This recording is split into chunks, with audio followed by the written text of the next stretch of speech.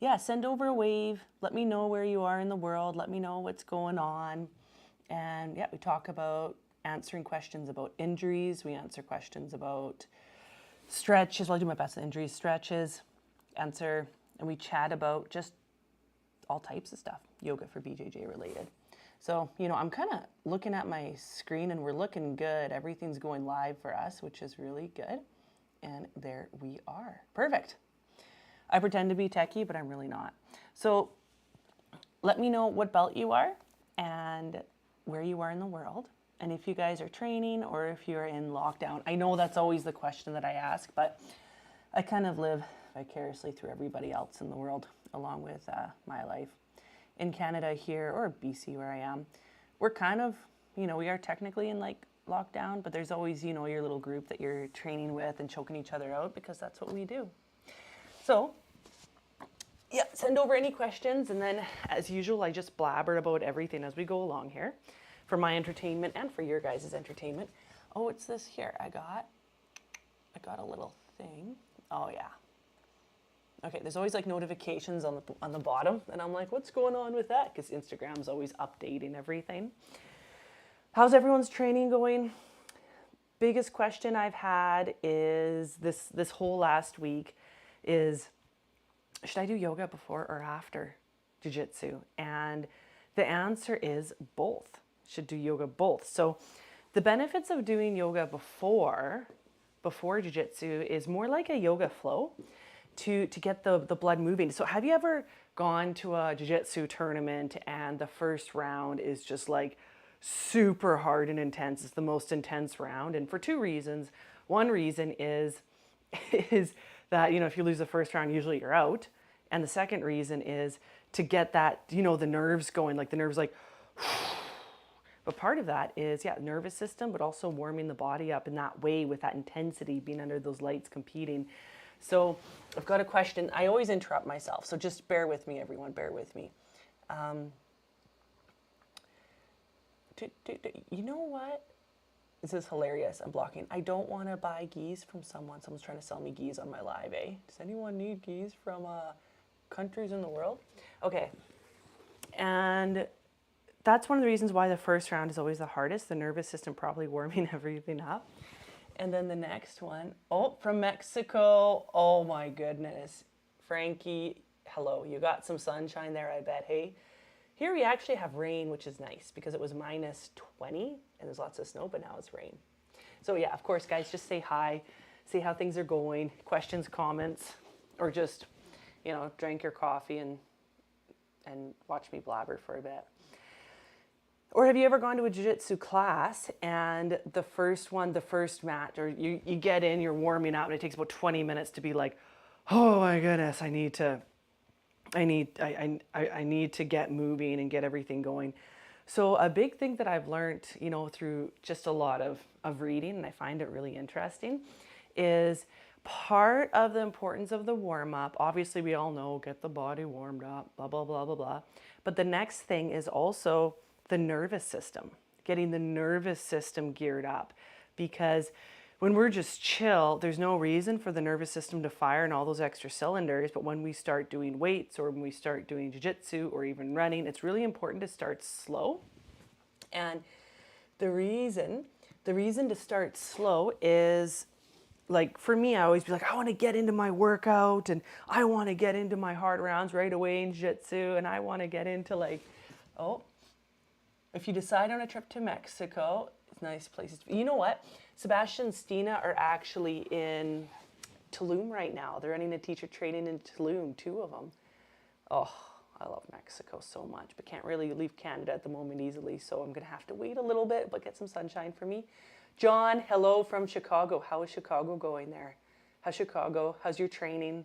What's going on? Any questions about your training, John? I'm always asking about everyone's life. So, nervous system.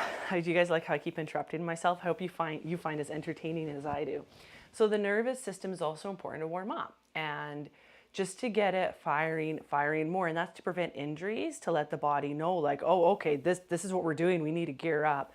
And to to help the muscles start firing better, which is the brain to the connecting to the muscles to fire a little bit better, to turn that gear up.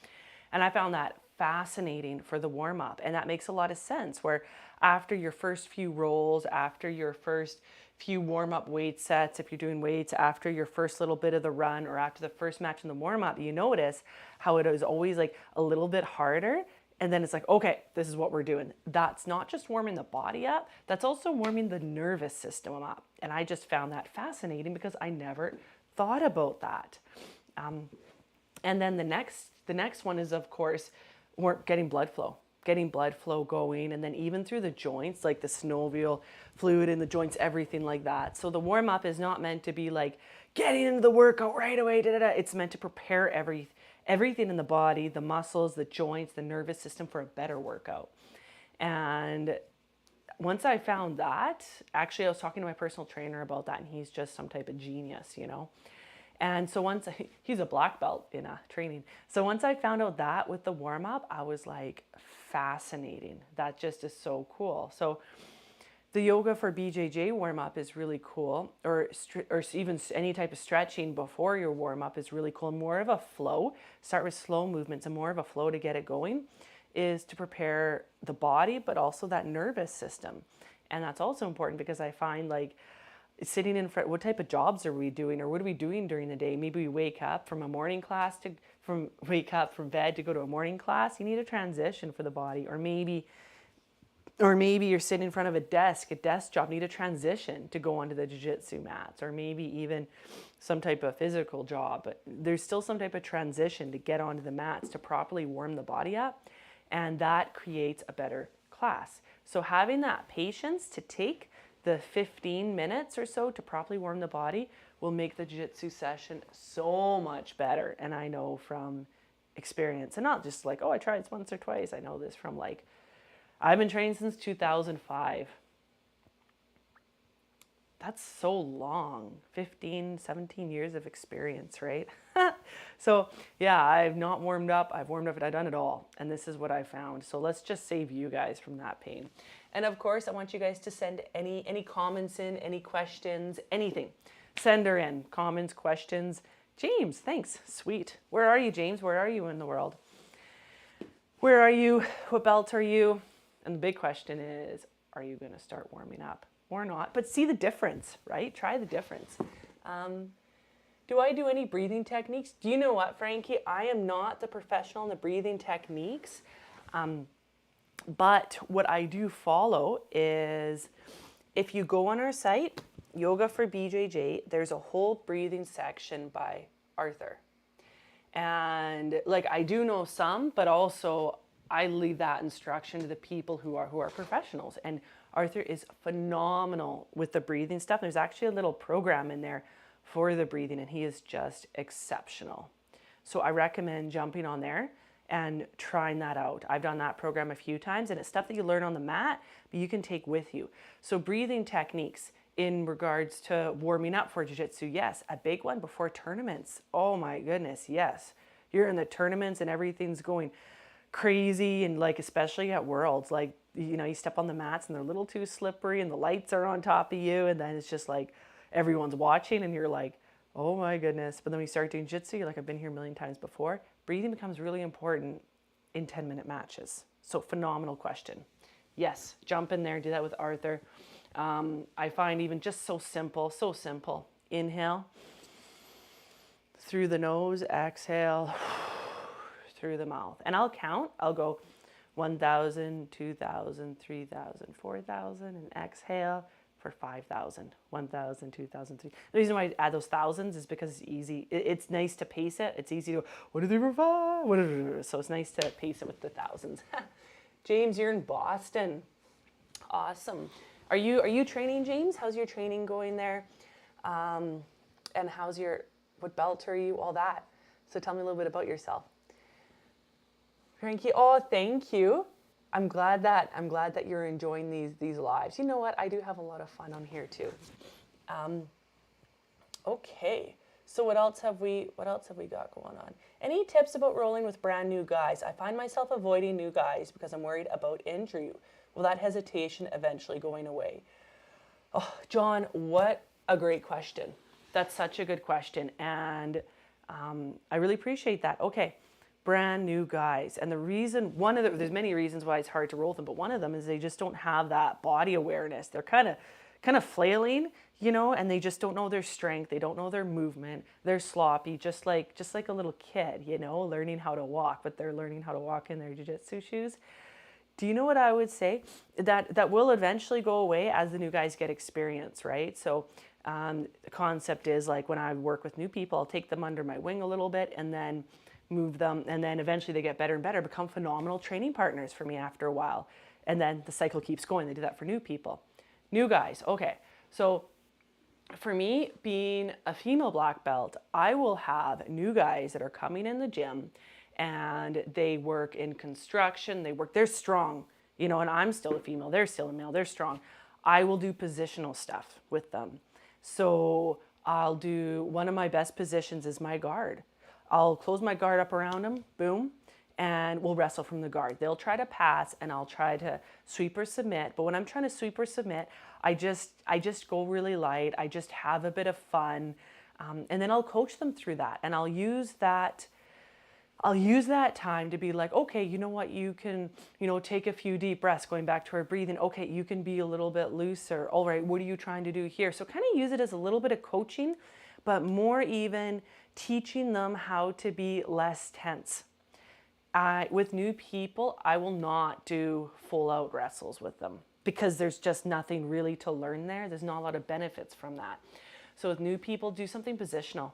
I'll even be working on my mound escapes, right? I'll have newer people, some of the newer girls, and they're little blue belts, and they're okay, like, let's wrestle. And I'm like, okay, you start and mount. And it allows me to work on my mound escapes, to perfect that, to work on stuff I'm not too good at there, or work on escaping the back. So you can have some fun working from bad positions, but if they're really new, I recommend just starting in the guard, having them work on passing guard. And that's really easy for new people because you kind of go back to being a little kid wrestling, right? You're like, oh, just open the guard and they got to pass the legs, and allow to go back to that instinct. So James, you start. Yeah. So John, I hope that helps. And the reason why I don't have the newer person starting on the bottom is just because sometimes they don't know the techniques of everything to do, right?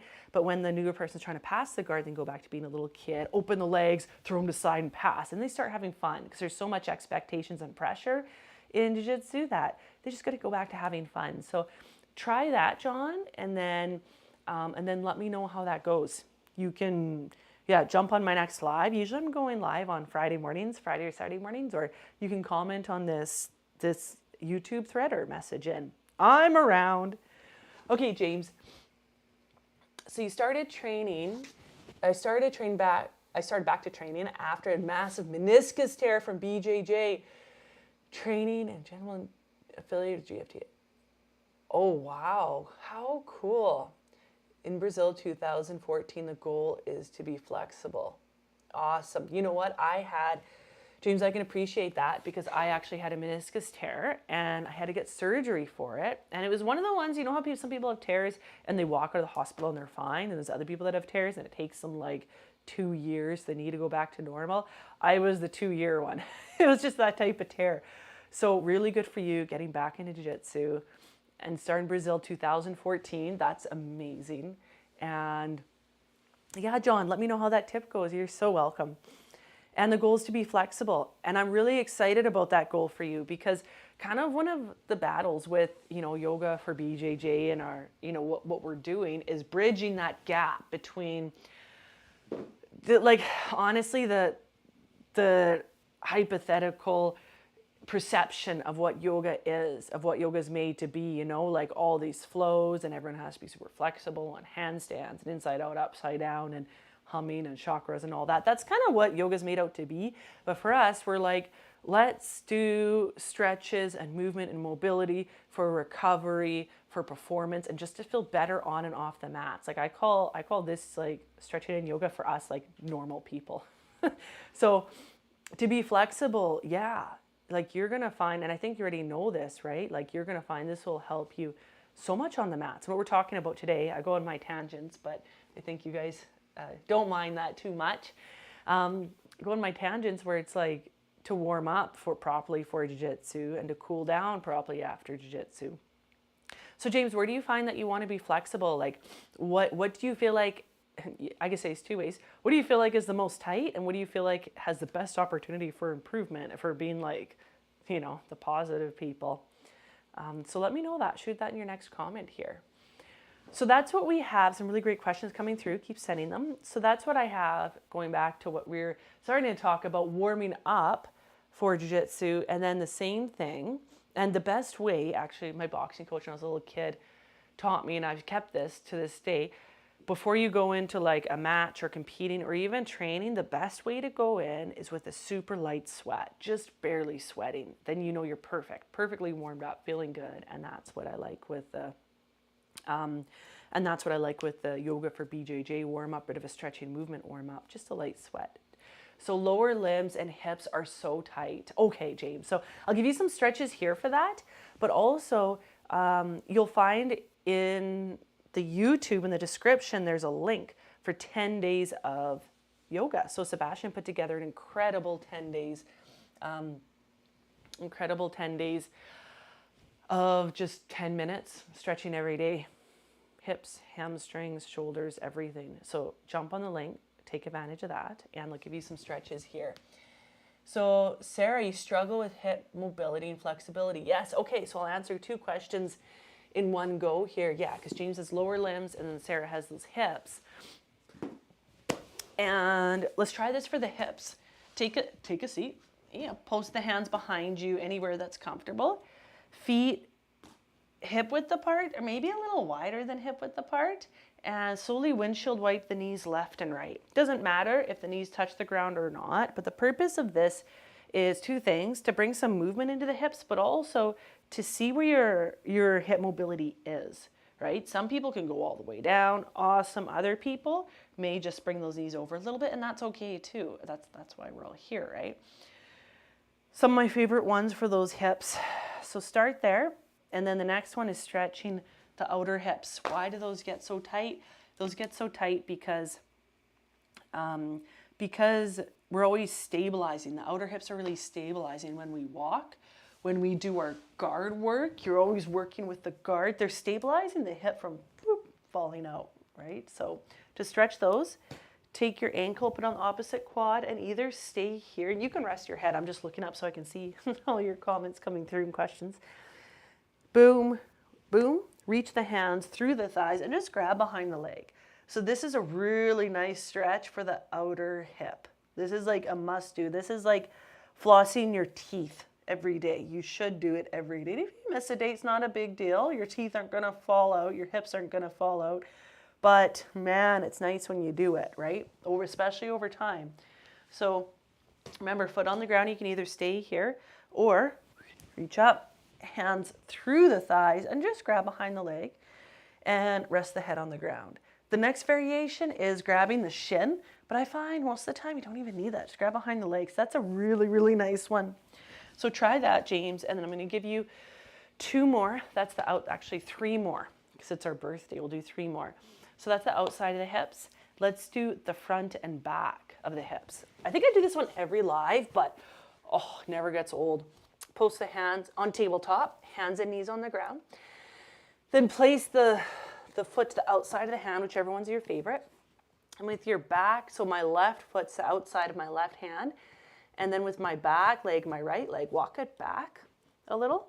Then tuck the toes, lift the hips. This is amazing for the front of the hip. Okay, so try this. And you can stay here, you can shift forward and backwards, you can cry a little bit because it's a little bit tight, but just know that it'll get better, it'll get easier. Then lower that back leg, walk the hands back to stretch the hamstrings. Why? Because that's basically the back of the hips. Because if one thing is tight, those hips are tight, it's probably the surrounding area. And of course, this answers your lower limbs, right? Lower limbs, okay.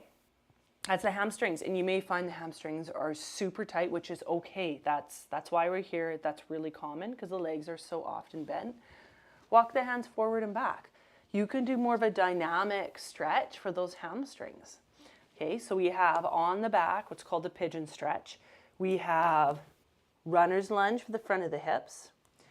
We've got hamstrings for the back of the hips. And the last one is, it's a joke, but I call it Kung Fu fighting, okay? So take a stand like this. Then walk the hands to your favorite side while straightening the opposite leg. This is the inner thigh, but I want you to flex your quad to lift the kneecap to protect the knee, because it can be really intense through that inner thigh. Again, with all our guard work we do, with all our movement we do, with all just everything. We don't stretch the inner thigh very often. And you know, when I hear commonly people are like, oh, I pulled my groin. Well, that would be this. So this can be quite intense. So flex the quad to lift the kneecap. Now you'll find that it'll de-intensify, if that's a word, de-intensify this stretch a little. But less is more. Don't go into it super, super intense. Less is more, right? So you want to feel a bit of a stretch. Now from here, you can go, this is a nice one where you can go from side to side, just like this. So try that out. James, and then let me know how that goes. And we also have, oh man, if you jump onto yogaforbjj.net, there's a ton of videos, even Yoga for Rock Hips. And there's a ton of my flows. Like I have some 20-minute flows on there. Like it's called Don't Want to Do Yoga Flow, and the Everyday Yoga Flow. Though I do these in those ones because it's just a great one. Okay, so try those out, James, and also in the description of the YouTube video. Do you like how I'm sitting here in my stretch? In the description of the YouTube video, you'll see a link, and that link is for a free 10-minute videos for you because you need it. It's a gift. Well, actually from Sebastian, he's the one that filmed it, but I'm giving you the gift just like Santa. Okay, finger stretching, please. Oh my goodness. I know, right? Okay, finger stretching, such a good question. All the time we're doing this. We're pulling, we're grabbing, even off the mats. We're typing on the computer, we're driving, everything hands like are closing. So let's reverse that. Okay, you ready for this? Everything, all with everything, Paul. It's a great name. Okay, Paul. Take your hands and basically I'm more or less on all fours. Let me see, here we go. More or less on all fours. And then this is more for the whole inside of the hands. This is, okay, I'm not flexible here. This is one area that I'm working on called ridge top fingers. So lift the heel of the hands or the palm of the hands, the heel of the palm of the hands, if that's a word, as much as you can. Oh my goodness. So this is really amazing for those fingers. Again, here, less is more. Don't do it so much you want to cry. Do it just so that you shed only one tear. And 5 times, maybe 10 times, once a day. Okay, it's so good. So next one, if your fingers kind of need to be stretched, inside those fingers, it's probably also your forearms might need a little TLC, especially if you're doing a lot of jiu-jitsu. So I'm on my hands and knees, turn the fingers towards the knees, and you can either shift forward and back, or you can do circles. And if this is too intense, bring the knees closer to the hands, or this not intense enough, bring the knees away. I don't think anyone has ever said this isn't intense enough, unless you are some type of athlete that does all the hands, gymnastics, there we go, gymnastics, stuff like that. So try those two. Actually, everyone should try the ridge top fingers. Everyone should be doing that, and you'll know exactly what I'm talking about. It looks so hard. It looks so easy, but it's so hard. How do you gain flexibility around the IT band, around the knee and IT band area? Oh my goodness, such a great question. Okay, so where I would start is, there's a few ways you can do it. But where I'd start, we talked about this a little bit earlier, is you can warm the hips up with windshield wipers. I'm firing through this a little quicker to talk about it earlier, but feet further than the hips, knees left and right. And then the next, just to bring mobility, a bit of mobility into the hips, because hips and knees, hips are tight, that'll irritate the knees because that's the next joint down. now, after your windshield wipers, bring the legs to what's called a 90-90. Both legs are at the 90 degrees. And you have a few different variations, okay? Each one hand on either side of the knee. And if that's enough, stay there. Or you can lower your elbows down. You feel a nice stretch through the outer hip. Or if you'd like a little more, take that front leg and bring that shin parallel or almost parallel to the front of the mat. Or if you'd like even more, straighten the back leg. Now, again, less is more. It's just what your body's allowing you to do. And if you push too much, then your body's gonna be like, no, thank you, and tighten up and be like, don't ever do that to me again. You know, then you got, you know, it's not so nice. So this is through the outer hip. That's really nice. My favorite one, honestly, is the 90-90, and I'll just sit here for a while, and I might just go and start straightening that front leg. So that's a nice one for that outer hip. The next one, which is really nice for the outer hip, is on the back pigeon. We already talked about this one, so I'm kind of firing through it a little quicker. Then the other one, which is really nice, is posting on the ground, lifting the hips, shifting them to the left, so you're off center to the left, straighten the right leg, and bring that top leg across. So this is, again, really nice. Now there's a few different stretches here, so try those and let me know what you think. And then, you know what would also be really nice, because we've hit the outside of the hips there. We've also a nice spinal twist to loosen up, and kind of the IT band, but other stuff around it. Like this is nice for the psoas too. And then the next thing, which might be nice, is also stretching those quads. Grab your jiu-jitsu belt. If you're a no-gi warrior, grab any type of belt or towel or whatever you have. And let me see, on your hands and knees, place the right foot to the outside of the right hand, and then loop the belt around the ball of the back foot. So this is my left foot, and bring it around the right shoulder. And all we're doing is just stretching the quad. Now, if the IT's tight and all that, you need to stretch not just the IT, but all of the surrounding areas. Because it's hard to stretch the IT itself, but when you find you loosen everything else up, that can help. Okay, let me see. Thank you for all the info. Last year during the pandemic, I started to practice the exercises you posted, watching all the videos. Thank you. Now I can breathe and walk better. That is so great to hear. Thank you. I'm glad, I'm glad it helped. I think that the pandemic has been a pretty hard time for everybody. And that's okay, like for everyone across the world. So I'm really glad that you found us and that we were able to help. Okay, everybody. Do you know what, Rachel? That is the time that we have for today. But Rachel, feet and ankles. You know what I want you to do, Rachel, is I want you to go into the link. You'll see the description, you'll see a link. I want you to press in that link. There's 10 free yoga videos, and in there is a feet and ankles day. Okay, just for you, because somehow I knew that you would be asking that question, Rachel. I had no idea, but that's in there. And it's the universe is like, hey, Rachel, we got a 10-minute video for you, feet and ankles. All right, everybody, super fun hanging out with you as always. And I will see you next week. Same time, same place, different questions. Okay, really fun hanging out with you, and I'll see you next time.